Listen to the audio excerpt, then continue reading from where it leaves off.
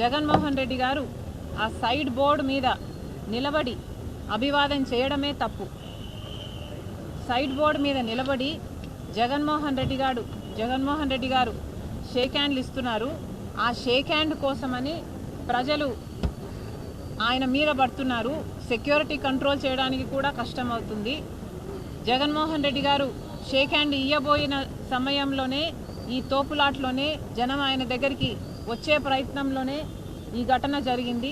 చాలా స్పష్టంగా ఆ మనిషి కారు కింద పడ్డాడు అన్న విషయం చాలా స్పష్టంగా కనిపిస్తున్నా కూడా దీన్ని ఒప్పుకోకుండా, వాళ్ళకు భరోసా కల్పించకుండా ఇది ఫేక్ అనడం చాలా చాలా దురదృష్టకరం. మళ్ళీ చెప్తున్నాం, జగన్మోహన్ రెడ్డి గారు ఏ యాత్రలు చేసినా ఈ మధ్య బల ప్రదర్శన కోసమే చేస్తున్నారు. జగన్మోహన్ రెడ్డి గారు 5 సంవత్సరాలు జగన్మోహన్ రెడ్డి గారు ముఖ్యమంత్రిగా ఉన్నారు. ఏ ఒక్కరోజు ప్రజల దగ్గరికి రాలేదు. పూర్తి మద్యపాన నిషేధం అన్నారు. ఆ మద్యంలోనే పెద్ద కుంభకోణం చేశారు. 1 కాదు 2 కాదు, ప్రతి విషయంలోనూ ప్రజలకు మోసం చేశారు. ఇప్పుడు ఓడిపోయిన తర్వాత ఇప్పుడు ప్రజల మధ్యలోకి వస్తున్నారు.